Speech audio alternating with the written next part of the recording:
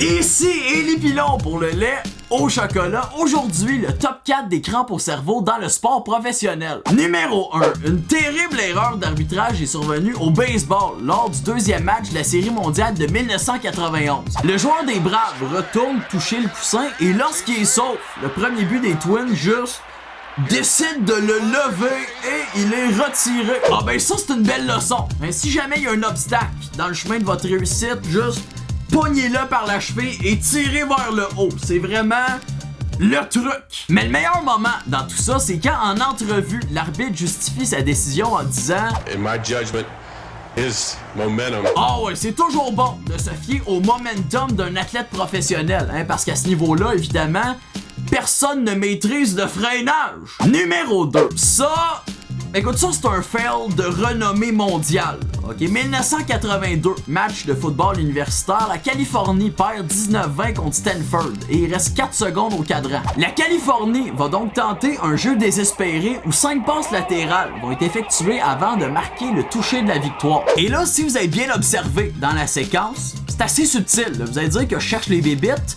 Mais vous avez peut-être remarqué que la fanfare au complet sur le terrain. Et où la pénalité? Ref! Trop de joueurs! Bon, mettons qu'on leur donne le bénéfice du doute, ok, que leur équipe avait réellement gagné, que le jeu était terminé. Est-ce que ça presse tant que ça de rentrer sur le terrain? Tu sais, l'équipe vient de remporter le championnat, 40 000 personnes dans le stade, mais attendez!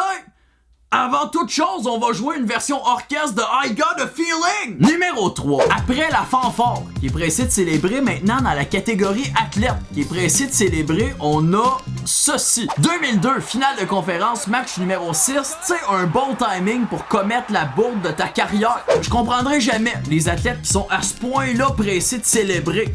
Surtout pour un arrêt. Tu sais, t'en as fait 25 autres dans le match. Un moment donné, donne-nous un break. Puis honnêtement, il était pas si spectaculaire que ça, ton arrêt, Patrick. En fait, as-tu remarqué comment au hockey, les gardiens ne font jamais véritablement d'arrêt spectaculaire de façon volontaire?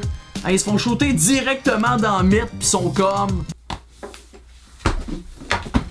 Yes! Numéro 4. Ivan Ukov. Bon, ça vous dit rien évidemment, il fait du saut en hauteur. Puis je vous connais, vous regardez pas mal toujours les trois mêmes sports, hein? Pré-saison, saison, série du Canadien. C'est correct, je fais pas mal la même affaire. Cela dit, Ivan Ukov est présentement celui qui a fait le 5e plus haut saut de l'histoire. Donc, c'est un bon sauteur. En général, ok? Sauf cette fois-là, dans une compétition d'athlétisme en 2008 où il a l'air d'avoir fait 40 tours sur lui-même avant de sauter. On voit ici Ivan qui retire son survêtement avec agilité. Le voilà qui prend son élan. Quel aérodynamisme! C'est assez frappant. Il est dans une forme splendide aujourd'hui. Et c'est fait! Aucune inquiétude sur ce saut. Il ne touche même pas à la barre. Un professionnel.